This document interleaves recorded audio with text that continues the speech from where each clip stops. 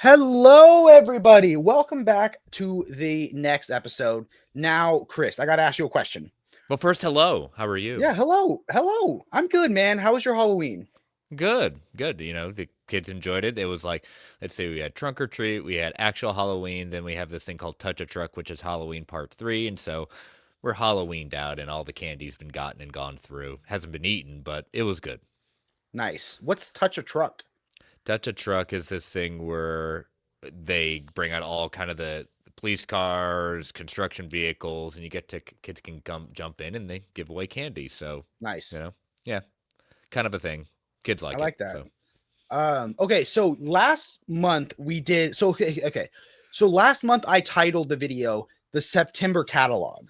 Mm-hmm. And people go, isn't this actually the October catalog? So is it the name of the month that we record in, or is it the month after we record in? So is this technically the November catalog or the October catalog? What should be the title of the video? Well, if we really want to be technical, these are the January 2026 solicitations. But if this is if this is mainly taking up the month of November, we could call it the November solicitations at that point. I mean, the November pre-orders, we'll call it, but these are the January 2026 solicitations. You know what? YouTube just came out with a new feature since we did our last episode where now you can ABC test titles. I'm going to do both. And we're going to chat. Let us know in the comments. Do you want this show to be called the January solicitations, or do you want this to be called the November catalog? Let us know. Let us know. We'll title it both. That way you can search for it. But as we are retooling this, so both technically are correct. Yeah. Okay. So for my haul, I have a couple books to show off. You've had a busy month coming back from New York Comic Con, so yes. So New York Comic Con was insane. I got a little bit of con crud, which was not fun. Put me out of commission. So I'm sorry that there hasn't been as many videos in November, but we're gonna hit October. We're gonna hit November and December pretty hard. Also, selfishly, October is my favorite holiday, and I read a bunch of spooky books this year, but I already did a video on spooky books, so it's like it wasn't like stuff that I could put towards a new video, and I wanted to watch a lot of scary movies. I don't know what it is, Chris. You're a physical movie guy, right? You are, right? Yeah. I'm only a physical movie guy in fall. Like I forget about them all year long, but come like September, October, November, everything has to be a disc. Like I have to watch physical media. So like my physical movie collection is just every horror movie you can imagine. And like, that's about it. Like, I don't know what it is, but something about spooky season makes me just crave physical media.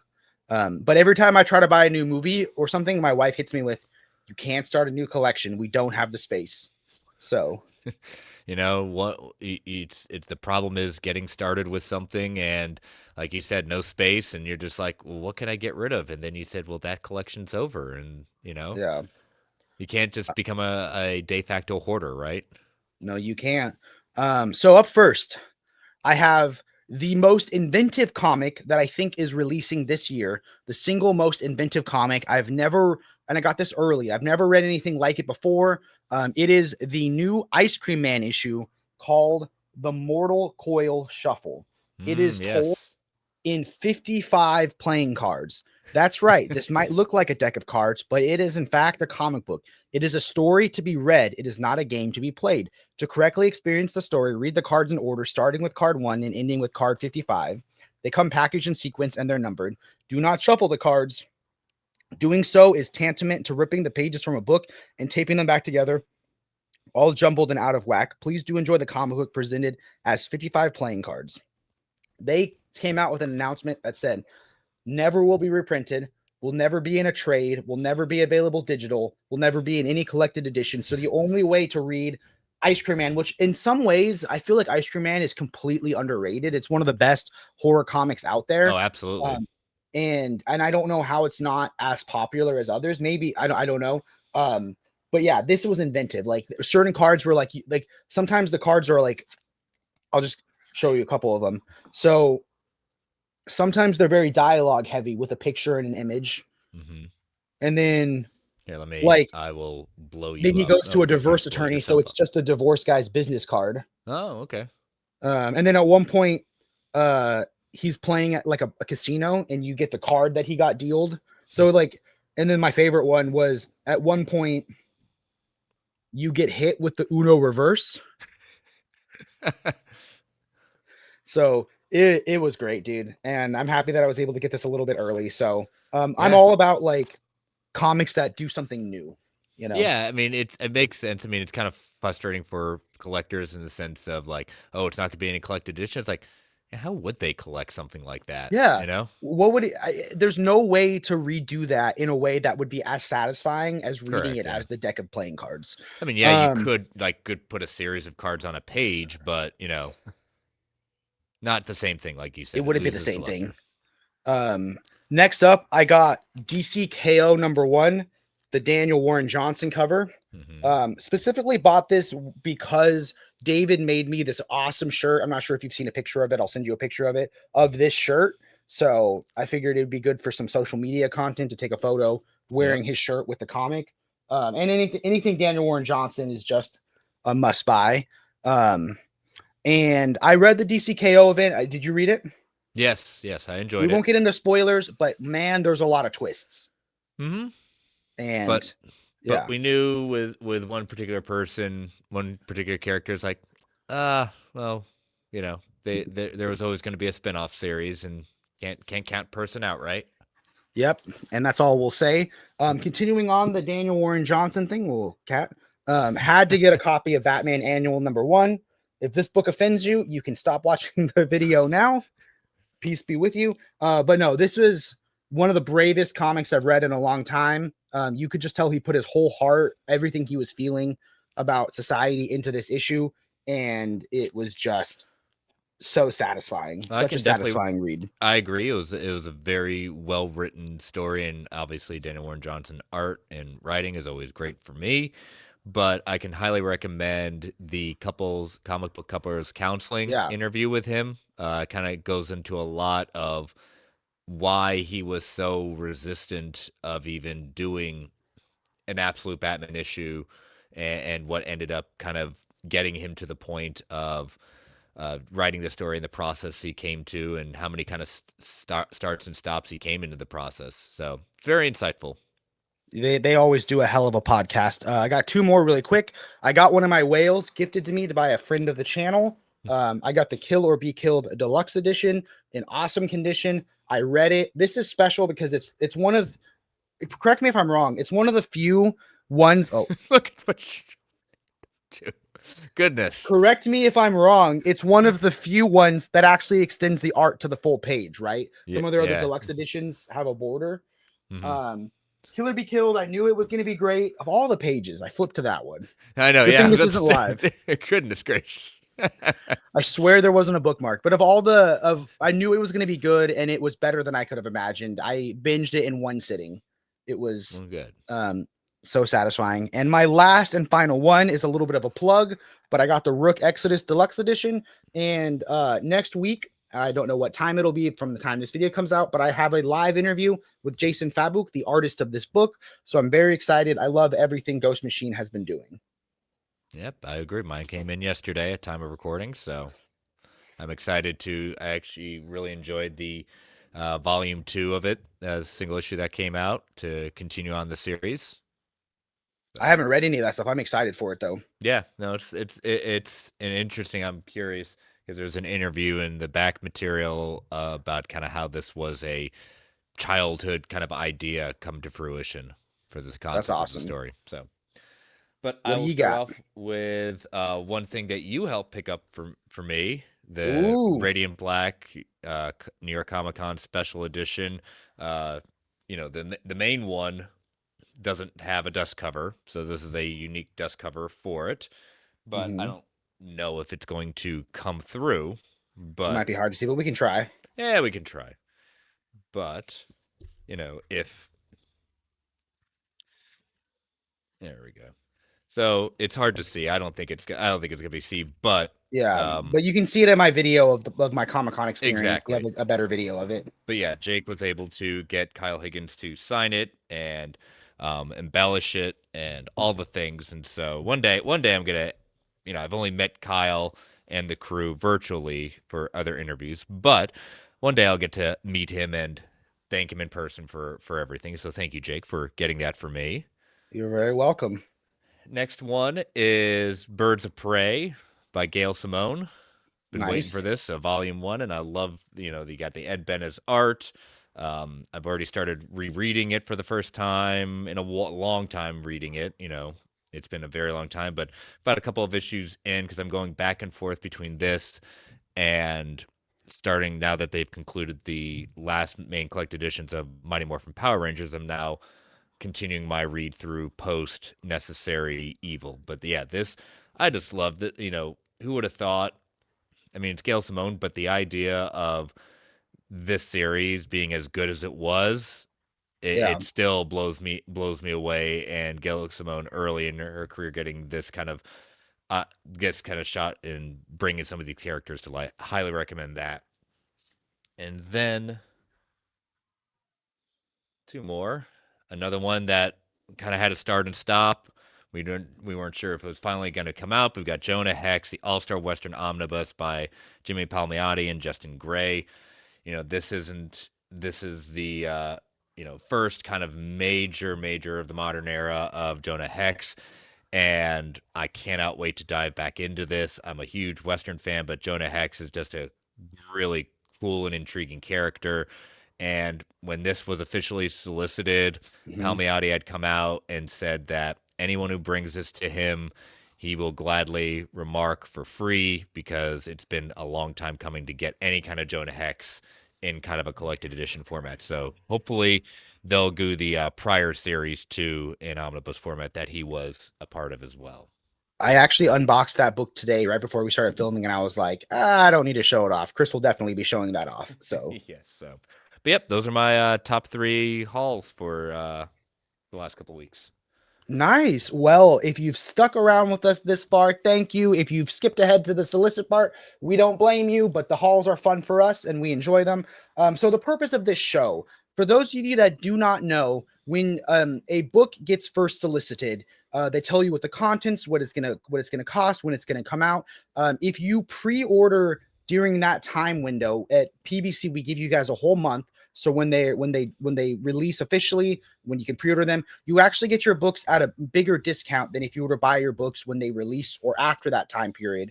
So the purpose of this show is to show you a few of our favorite books from the new solicit. So you can go to our friend Comic Releases to check all the solicits. You can go to pbc.com and go over to the new pre-order section to see all the ones that we're selling. But we have curated the list into a couple of our favorites.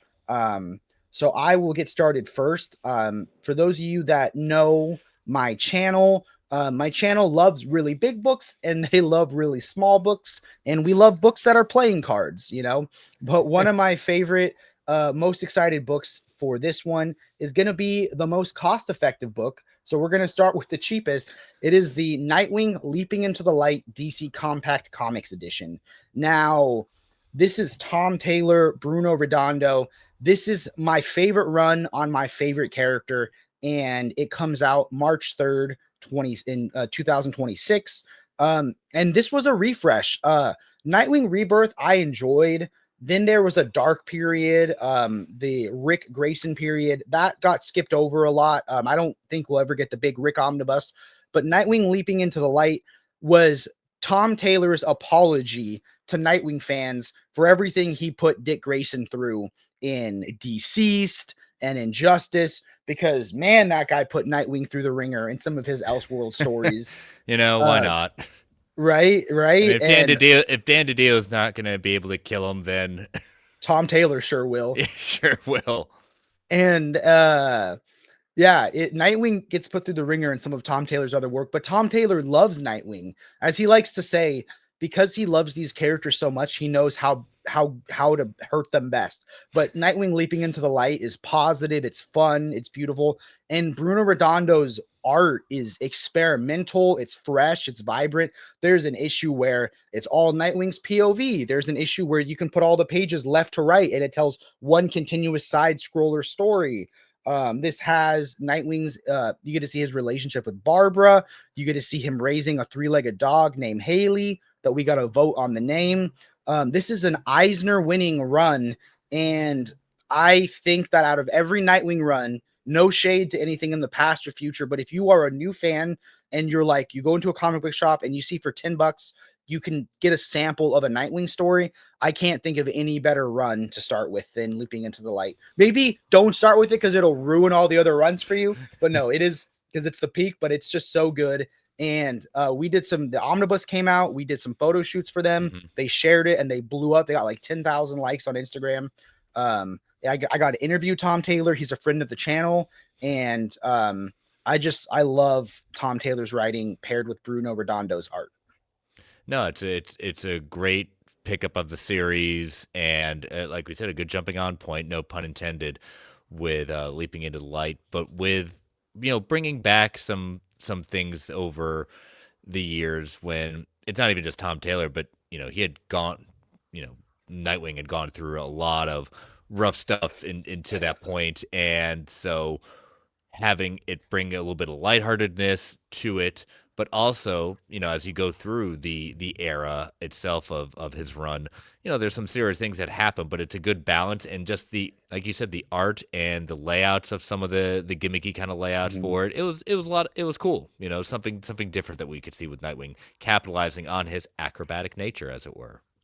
And it continues my feeling that I feel like every single compact comic that they release could also be an absolute edition.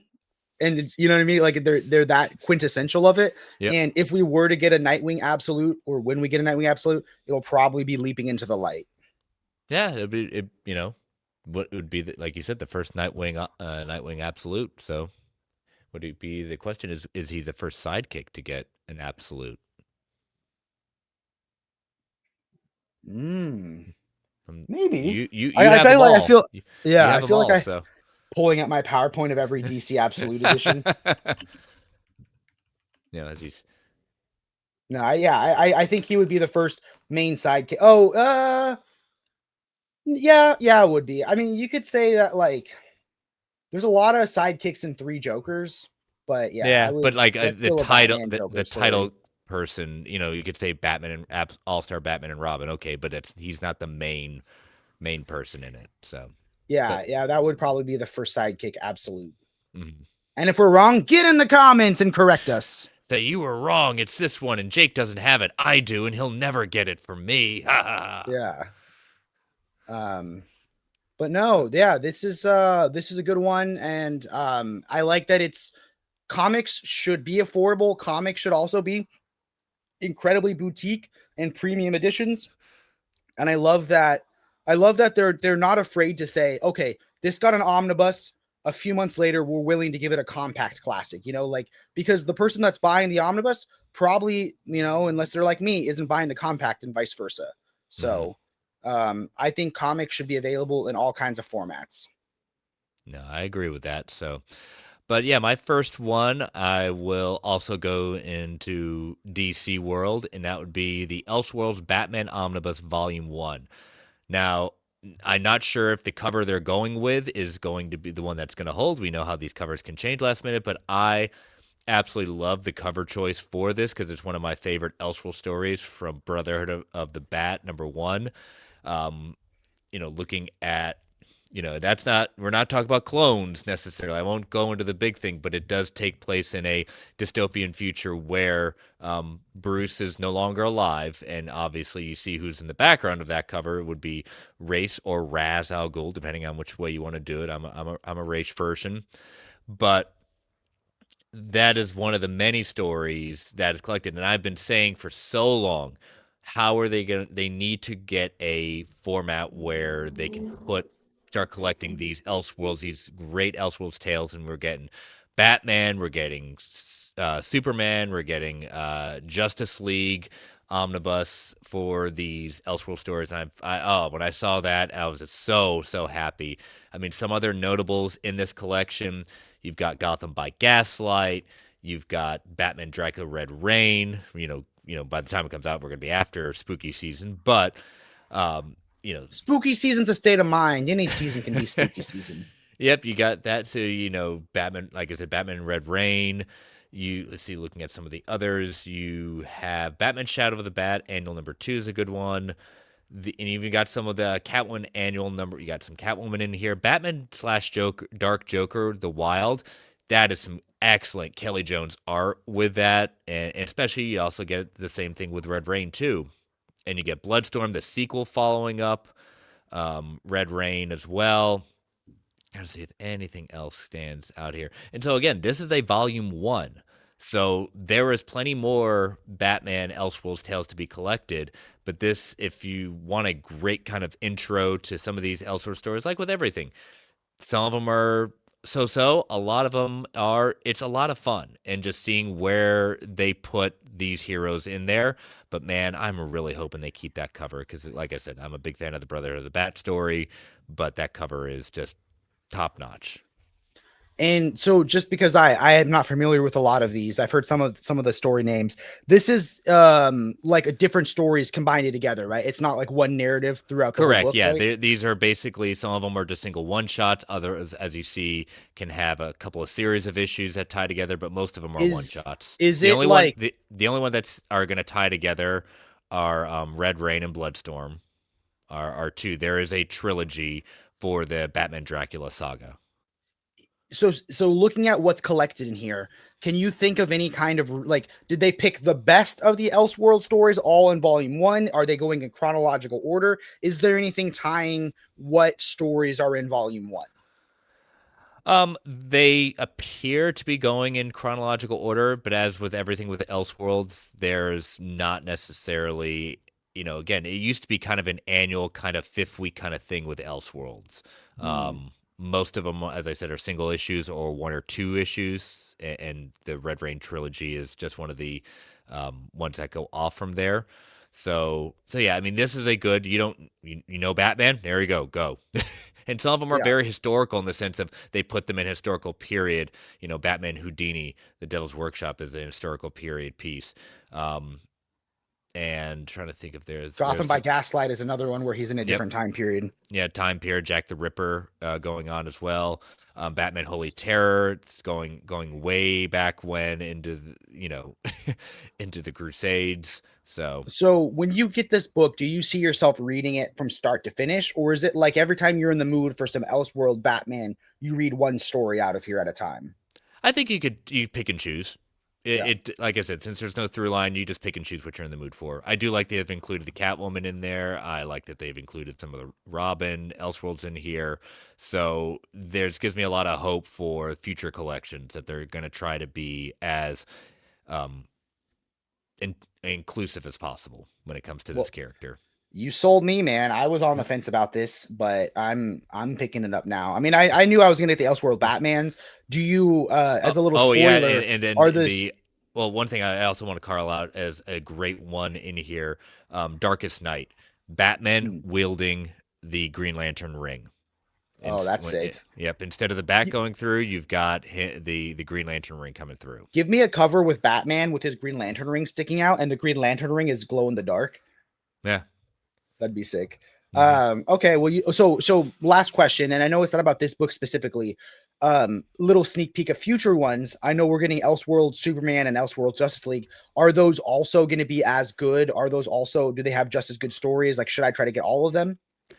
Yeah, I'm very excited. I'm hoping, because one of my favorite Elseworld stories is a kind of a crossover one where it started in I believe it was Adventures of Superman, and then this follow-up was a Superboy annual. That was a 2-parter. It's I think it's called the Super 7.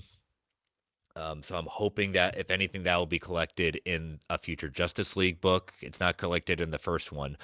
Like with everything, it's going to ebb and flow. I think I'm more excited about the Batman one, the Superman one. There are it's just some of the stories in the Superman one are not necessarily as I like as much, but they're still great. There's still some good style. I've already put aside the idea for a pre-order for that, just because I love Elseworlds tales. I think the concept of Elseworlds is a lot more intriguing to me than What If was for Marvel. I think Elseworlds was just always above for me. Yeah, that makes sense. I would love us to get an animated Elseworlds TV show someday. That'd be really cool. But Yeah. we'll see if we ever get that. Okay, this will be my last DC book that I pick. But you guys know there's an absolute edition. I gotta pick it. And I have a couple thoughts, and I want to talk about some of the thoughts with you. So my next one is going to be Superman: The Man of Steel by John Byrne, Absolute Edition. So this is the origin, right? I think it's about 6 issues, right? That he wrote and drew. That was his new, was it the post-crisis origin of Superman that kind of changed some things? Man of Steel by John Byrne, or just the whole Superman by John Byrne, is one of, if not the most requested DC omnibus of like all time, or at least it's by far the most requested Superman omnibus, I would imagine. And one of the people were on an Omar stream one time, a near mint condition stream, and I think he said, when in doubt, it's usually the quality of the scans. Mm-hmm. So if the quality of the scans aren't great enough to where it's going to cost them a lot of money to restore them and get them ready for omnibus, I see a world where they're like, let's do the first 6 issues as an absolute, let's fix the first 6 issues, let's put it out as an absolute edition to test the water, and if that does well, then that gives more money that can be put to get the rest of the series in an omnibus. So I don't see this absolute edition as something that stops us from getting the Omni. I see it as the first step on the process of them restoring the scans to getting the Omni. I don't know that for sure, but I definitely could see that as a possibility. And that's, it's been the most frustrating thing, not only how DC, put them out in 4 standard size hard 3 that were one color, and the 4th that was a different color. Actually, reverse it. First, that was one color, and the other 3 that were this weird orange red color, and I'm like, why? Yeah. But to your point, that's why they did it. The scans are not ready for oversized format. And so start at the beginning, the quote unquote the pinnacle of post crisis Superman at that point, the retelling of the origin. It is the way to start. I do not foresee DC putting out like Man of Steel by John Byrne Volume 2 in an absolute format. Mm-hmm. I think this is just one of those. I don't think they're going to go the way that they did with Snyder's run in doing that collection. Not because I don't think it doesn't deserve it. I just think that if you're going to point out the peak of where people think where Man of Steel works, the whole kind of series, it's these first 6 issues. And so starting that process, build up the funds to give a proper omnibus. How many years away do I think we're a proper omnibus way? I still think we're at least a couple years away. Unfortunately, I think it's going to happen, but we're years away. I do think that what can speed it up is this book doing very well. Yes. Mm-hmm. And I'm of the controversial opinion. Everyone always goes, is it better to collect the absolute or the Omni? I'm of the boat that they're completely separate things. I don't want every single arc of Scott Snyder's Batman run in absolute edition. That's why I have the Omnis, to have the whole story. Give me the best arcs. Give me the cream of the crop of in the absolute edition. And I know a lot of people love the John Byrne Superman run, but a lot of people also think that the origin was the best part of that run, right? Yeah, I mean, there's good little arcs in where he meets a lot of different people. It goes into his first meeting with Batman in these 6 issues, but some of the other ones that follow up are other issues and other first time meetups. But you're right, I like that they have that option when he came to Snyder's run, but to the point of not everything in Snyder's run of Batman, I felt needed that absolute format. I don't need super edition. Heavy in an absolute. I don't need Jim Gordon RoboCop. Like you have everything in absolute format because that's your thing, and the idea of that's the pinnacle collection. But even with I look at the absolutes as, yes, you want that amazing style of art in that oversized format, but I also like to collect the stories too. Not because an oversized format, it's much easier to read. It's definitely a little bit unwieldy, but I look at both. And that's the reason why I don't foresee myself, unless it's really, really deep discounted, see myself owning Superman for tomorrow. Yes, Jim Lee's art's amazing. I don't care for the story. I think the story it's just not my tempo, and I like Brian Azzarello doing different things, and it just wasn't my tempo.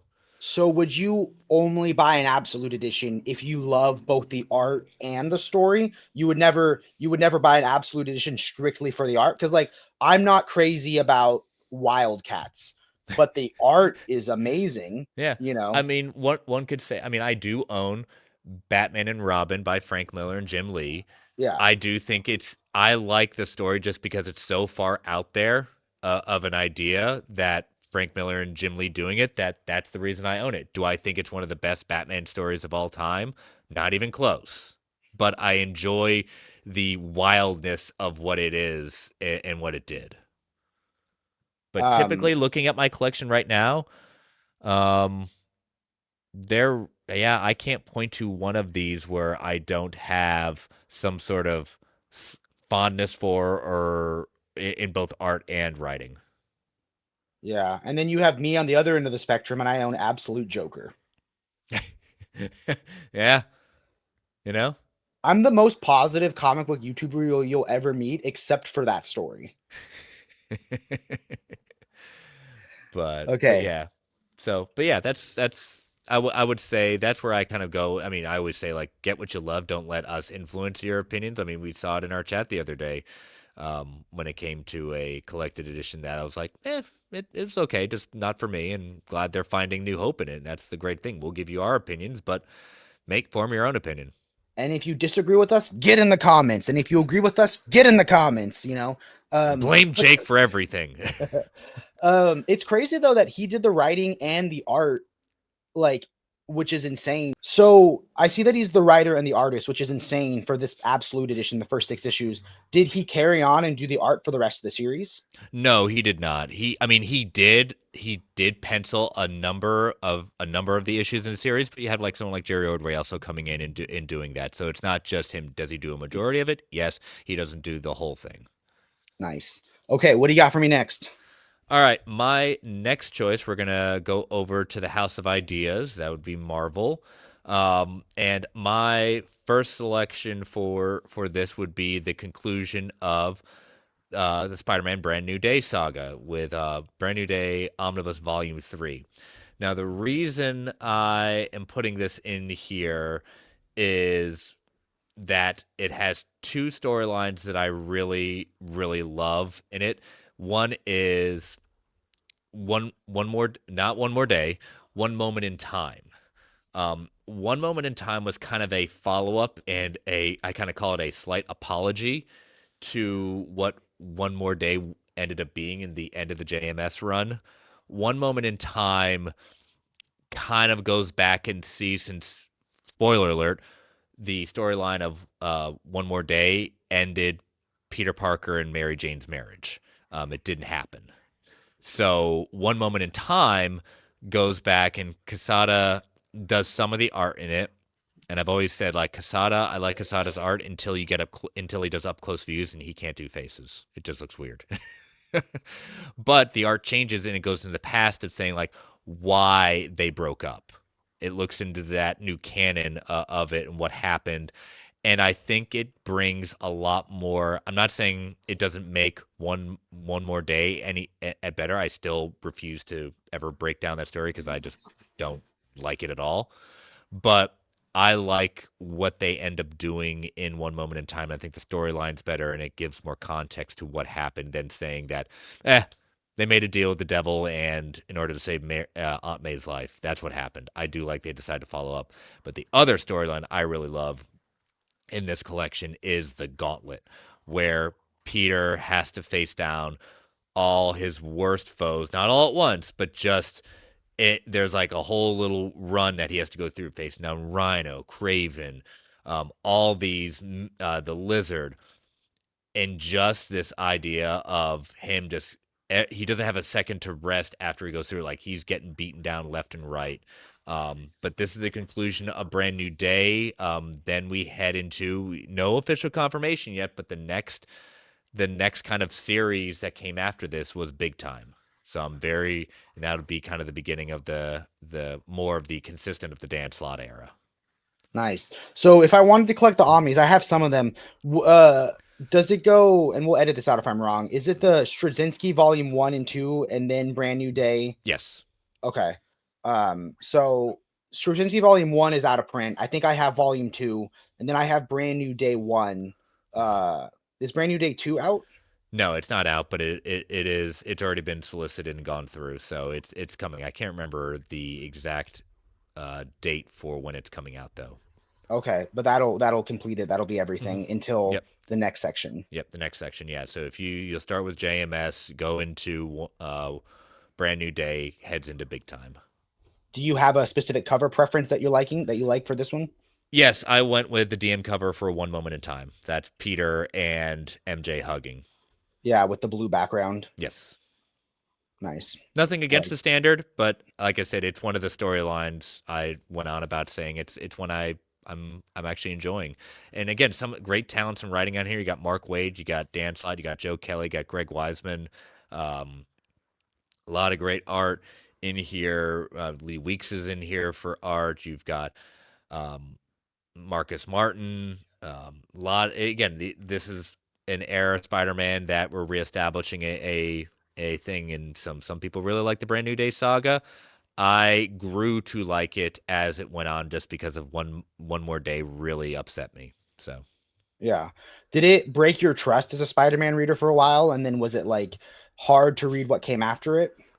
I think just of how abrupt it was, of just like, that's what we're gonna do. That's how we're just gonna take all of everything that was built, all the trials and tribulations of MJ and Peter, and just like, okay, it doesn't exist anymore.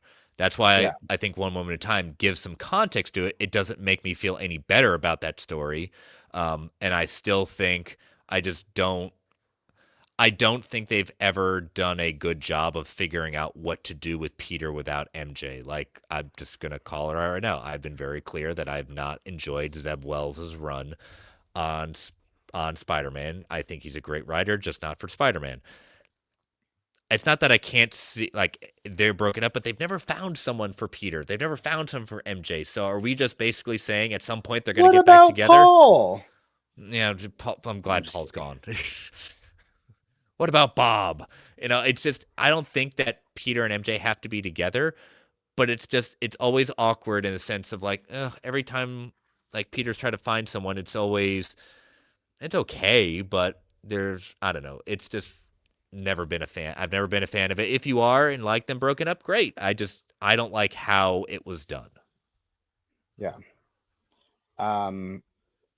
There's Marvel just pumps the Omnis out like crazy, but I've really slowed down on my Marvel collecting, but I've heard everyone talk about how great the Brand New Day era is, so I will complete that run for sure. Before and a cheap plug for going back to the Man of Steel Absolute, a lot of great back material is supposedly that was never been seen before, and that's another reason why I collect the Absolutes, that back material. That's awesome. Yeah, I mean, sometimes I'll get an Omni first, and Chris is like, "Quick, check if there's letter pages." Yeah, more than covers. I appreciate covers, but if that's all the back material that is, it's like, we didn't try. So before we go to my third selection, I want to give two honorable mentions, and I'll explain why they're honorable mentions. If you guys watch this channel, you know that I'm very much a novice when it comes to manga. I haven't read a lot, but I always told myself that if we get deluxe editions for Lone Wolf and Cub, that I will commit to that being my first full manga run that I read. And we have volume 1 that Solicit already came out. You can still pre-order it. Volume 2 is up for the Solicit pre-order discount right now. Love it. This is like, I feel like it'll be so interesting because I've watched and read so many things that pull from Lone Wolf and Cub. Like, for instance, let's say like The Mandalorian, for instance, you know what I mean? And I'm very anxious to read the source material, and this feels like they put all the love into this. So it's going to be oriented in the right to left reading format as originally published. And it's the story of a samurai and his young son travel on a dark road beset by enemies sworn to destroy them. It's going to be, so the right to left, a new cover with grain texture, burnishing, and a foil. It's oversized. It's going to have a ribbon bookmark, and Dark Horse just does, in my mind, and I don't know a lot about manga, but it looks like they have the most beautiful manga deluxe collections, right? Oh Would yeah, you agree with like that? we were talking about on off air, like what I have from them is Berserk. I've got Blade of the Immortal. I've got Hellsing. I've got Vinland Saga, um, and it is the like you said the format that they do, just kind of the faux kind of leather that Hmm. they do with it is just a nice touch. And I mean, would you like it even more prestige? Yeah, then you get like it becomes more expensive. Yeah. But it's one of those where Lone Wolf and Cub has been so much wanted at that point. Even like a Vagabond is my other one that I collect, and how they kind of have the felt at the first half and then the image underneath. It's it's just nice to kind of have these in collected, and especially like typically they collect at least two and sometimes part of a third of the original kind of Tonka bonds that they did Hmm. for it at In that in point. the case of Volume 2, we're getting Volume 3, 4, and 5. Yeah, I think it's the rest of three. I think the first one has part of Oh, you're right. three in It it. says it Yeah, collects stories from 3. so it's finishing up what was left in three, and which is typical at that point. And they have some kind of cool things in it sometimes with some like with everything, some sketches. The ribbon's always a nice touch, but it's a very prestige format for it. And I know your other one, your is another very much happily and very excited for some people to finally collect too.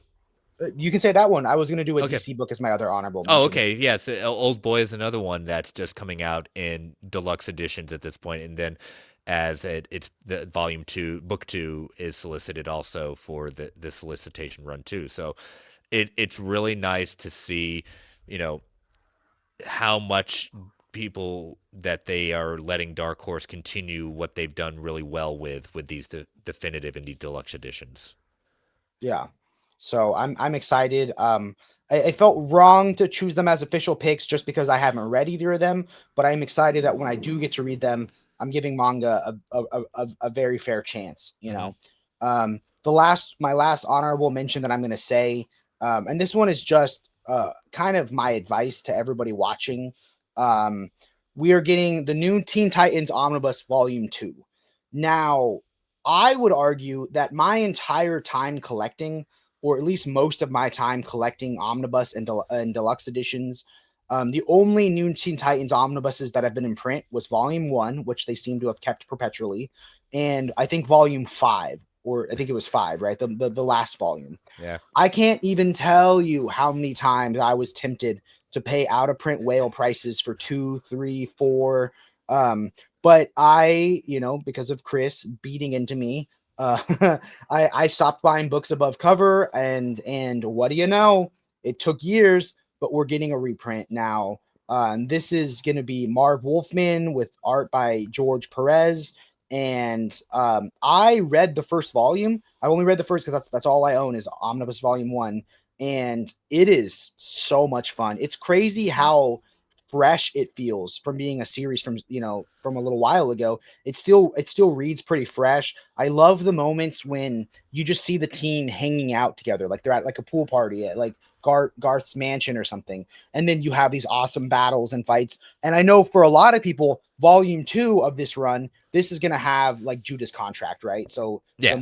the most iconic stories. So when you're going to see that transition from Robin into Nightwing as my favorite character, which I've never read Judas Contract. I think I have the Oh. finest, and I think there's a deluxe edition coming out soon.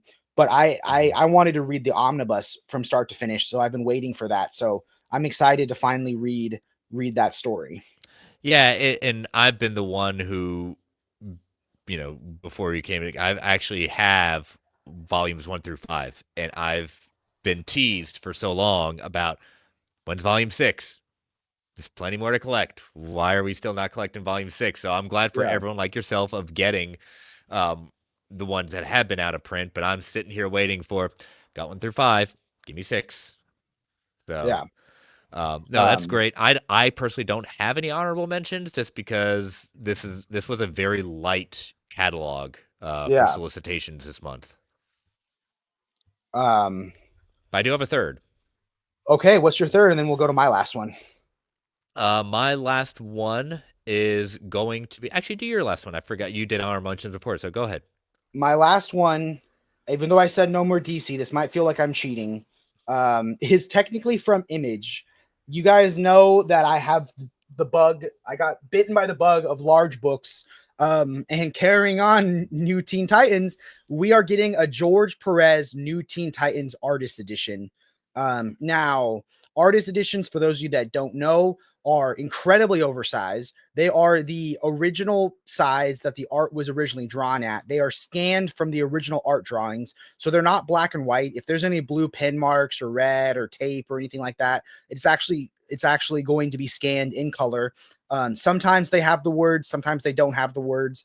But you had Scott Dunbier, as Taylor calls him, the Indiana Jones of collected editions, sought out all these original art pages to create these beautiful artist editions. He did them with IDW, but he's since moved over to Image, I think Skybound specifically. So now you're starting to see artist editions come out at Image, which is interesting. I know IDW can still reprint their old artist editions. I don't know if they're going to come out with new ones.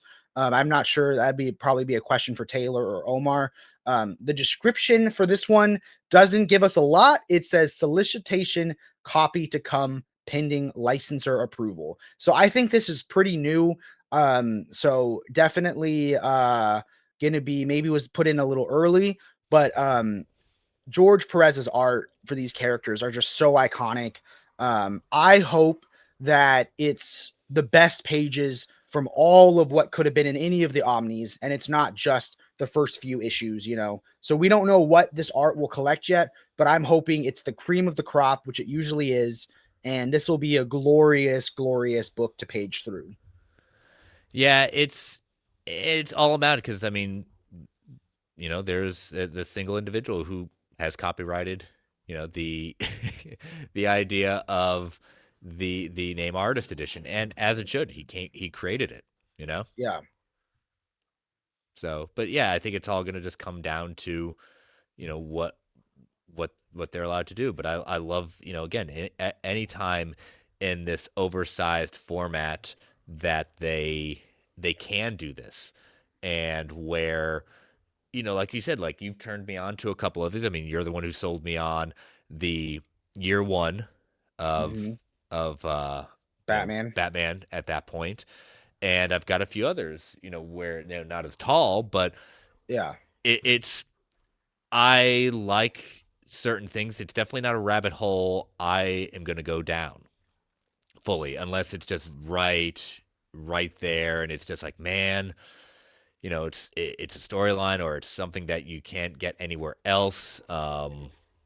And you know, it's I mean, like you said, it's George Perez. You know, seeing those pencils. I think where I'm at, going to more conventions, becoming friends with more artists, and joining the Facebook group that you got me in. Um, I find myself doom scrolling that Facebook group and like Felix's Facebook page and different, and just staring at the original art. And there was a time in my life when I thought that why would you waste your money? That was my asinine way of thinking, on original art page when you can buy all these comics that you can read. But I'm getting to the point now where I'm like, when I get to a stage in my life where I can afford original art, that is going to be something that I can't help but get into, you Yeah. know. And these are my way of trying to save my wallet, save my marriage, you know, because imagine how expensive it would be to get one original art page from the new Teen Titans run Yeah. by George Perez and Marv Wolfman. That, and the fact that in my mind, the best way I can sell these books is, these are like museums. These aren't comic books. These are museums where they took the original art, scanned it in the best quality possible, and now they're letting us experience it. We know it's not the authentic painting, the authentic original drawing, but it's as close as I could come to ever owning them without having to pay tens of thousands of dollars. And it is just, when you strip away the color and you strip away all the other things, just seeing the pencils or the inks, like I'm stunned by by art now. And I'm it's becoming like the bug that's just like burrowing more inside of me. And you start with getting signatures at a convention, and then you get a remark, And then you're like, well, I guess I could get a sketch. And then you are down the original art rabbit hole. So I am buying this to save my marriage and my wallet. Oh. And this is my nicotine patch. I like it how you justify it. But yeah, the for those that don't know, I forgot to mention it. Scott Dunbier is the one who he created the artist edition format at IDW, and it's his. Like, it's not IDW's, it's his. He actually left IDW to start his own company of Act 4 Publishing. And you want to know how much he's big into this format? He's also the one to create the Absolute format when he worked at DC. Wow. So you want to talk about, like, again, he's very particular. And one of the first things that actually came from Act 4 is the recent Kickstarter with Danger Girl. This is the first one under Act 4 Publishing with this. So again, if it's going to have an artist edition label, it has to come with his approval. And because he owns that idea, he owns that concept of it. So if you see different ones that look basically in everything like a quote-unquote artist edition, but it's not named, that's why. Yeah, like I have like other art ones like Jim Lee DC Legends. Oh, I guess that does say artist edition, so never mind, that is one. Yeah, it's got to come with his approval. So just a little preview what I have. I have the year 1, the Todd McFarlane Spider-Man, the so one that's not one, but I have the Batman the Killing Joke Graffiti Designs edition, which is a competitor one. Marvel covers art, DC Legends Jim Lee, Neil Adams, Frank Miller Daredevil, Jack Kirby Mr. Miracle, and I have Lone Wolf and Cub, and then I have Chris Samney's Black Widow. Yeah. So I have my collection is growing. Yeah. So and I full disclosure, I backed the Danger Girl one. So nice. Well, good. Can I reveal my third one? Yeah, go for it. We're ready. So my third is not in an oversized format. So that's a little bit off the reservation, but I've really enjoyed the story. And, despite the clickbaitiness of what headlines would like to do, it actually has been a very intriguing story, is Marvel Knights The World to Come, the standard size hardcover of the main series coming from it. You probably saw the headlines when the first issue came out, and the splash page of T'Challa had lost. It wasn't the controversy of who T'Challa lost, and older T'Challa lost the fight to be King of Wakanda 2. It wasn't that he just lost, it was who he lost it to. And I'm just going to leave it at that because I don't want to go down that rabbit hole. But if you're really curious, look at the headlines at that point. But what I've really enjoyed about Christopher Priest and Joe Quesada doing this, particularly Christopher Priest, is that in each one of the single issues for The World to Come, this is just stationed. It is not Marvel 616. This is the Marvel Knights universe. It is going into the idea of things that were built in that universe where Priest had established certain things when it came to Black Panther, and how many different things it's coming back and referring back to. Like in each one of the issues, they spend time like giving annotations and discussions about like how things are referenced and where it traces back to. And I really hope that even if it's a standard format, I really hope they collect that extra stuff, because what I get worried about is something that happened in X-Men Grand Design. They had in the single issues the annotations for what things were referenced in Grand Design. It wasn't in the Omni. They didn't have it in the Omni. So I actually have print-offs of those ones to keep in the Omni, because I really don't know why they lost that. So I don't know for sure, but I'm hoping they keep those annotations, but you never know. So yeah, it's all about the future of where they left off many years in the future, looking at the King of Wakanda's dead, as I said, leaving unguarded the world's most advanced technology, its most precious metal, and while triggering a global conflict of Marvel's heroes, villains, and mutants. With T'Challa gone, a final tribal challenge for the Wakanda throne will determine the future of the Black Panther. And Everett K. Ross plays a big part in this. So, and they've already started getting ready to have some spinoffs for The World to Come. So, highly recommend it if you haven't started reading it. So Marvel Knights was a publishing initiative that they used to do, right? Correct. Back in the day, and now it's a like it's a different universe. It was a run when Marvel was basically bankrupt and they needed something to get people to come back to read Marvel. Okay. So yes, it was a spin-off imprint. It was an imprint in it that for some was canon. For other things, it necessarily can't continue to be canon. Um, so 1 second, I'm trying to work so on something. yep, but it's a hypothetical future right now for the world to come. Okay, so if you guys remember last month, we told you guys to comment down below for a gift card. What we're gonna do now is we're going to do a random comment picker. That way we get you, and then we'll, as always, courtesy of PBC, we'll do another gift card giveaway. So comment down below what book you're most excited about, or just comment about what suggestions you have for this series, or what you'd like to see, or how you'd like it to change. This is your show as much as it's ours. So we're going to do a random raffle comment pick winner right now. All right, no whammies, no whammies, no whammies, no whammies.